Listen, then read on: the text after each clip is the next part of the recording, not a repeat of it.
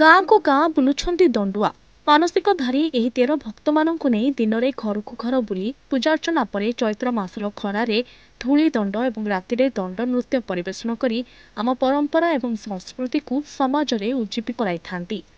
ଏ ହେଉଛି ରାସୋଳର ସୁନାଦଣ୍ଡର ଦୃଶ୍ୟ। ଦେଖନ୍ତୁ କିଭଳି ଘରକୁ ଘର ବୁଲି ମା ଦକ୍ଷିଣକାଳୀ ପଣା ପିଉଛନ୍ତି। ଫଳମୂଳର ଭୋଗ ସହିତ ପଣା ସେବନ କରି ପୁଣି ଖରା ସମୟରେ ଧୂଳି ଦଣ୍ଡରେ ସାମିଲ ହେଉଛନ୍ତି। ଏଥିରେ ଚଷା ପୁଅର ଧାନ କ୍ଷେତ କରାଯାଇଥାଏ। ପ୍ରତ୍ୟେକ ଭକ୍ତ ମାନସିକ ନେଇ ଏହି ଦଣ୍ଡକୁ ଧରି ବୁଲିଥାନ୍ତି। ସେହିଭଳି ପ୍ରତ୍ୟେକ ମାନସିକଧାରୀ ଭକ୍ତ ନିଷ୍ଠାର ସହ ବ୍ରତ ପାଳନ କରିଥାନ୍ତି। 13 ଭକ୍ତମାନଙ୍କୁ ଧରି 18 ଦିନର ଏହି ଯାତ୍ରା ମେରୁ ପର୍ବ ଦିନ ଶେଷ ହୋଇଥାଏ। 18 ଦିନ ଧରି ମାନସିକଧାରୀଙ୍କ ଘର ଆଗରେ ଦଣ୍ଡ ନୃତ୍ୟ ପରିବେଷଣ କରିଥାନ୍ତି।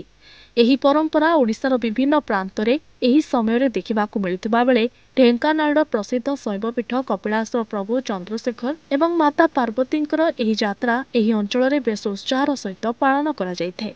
ଏଥିରେ ଦୁଇ ପ୍ରକାର ସୁନାଦଣ୍ଡ ଏବଂ ରୂପାଦଣ୍ଡ ଦେଖାଯାଇଥାଏ।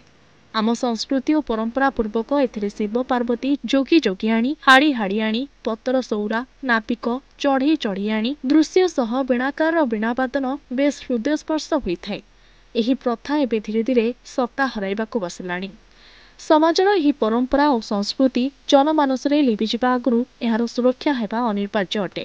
ନହେଲେ ଆଗାମୀ ପିଢ଼ି କେବଳ ଇତିହାସ ପୃଷ୍ଠାରେ ହିଁ ପଢ଼ିବାକୁ ପାଇବେ। ହିନ୍ଦୋଳରୁ ଜଗନ୍ନାଥ ଦାସଙ୍କ ରିପୋର୍ଟ, ନ୍ୟୁଜ୍ 8 ଓଡ଼ିଆ।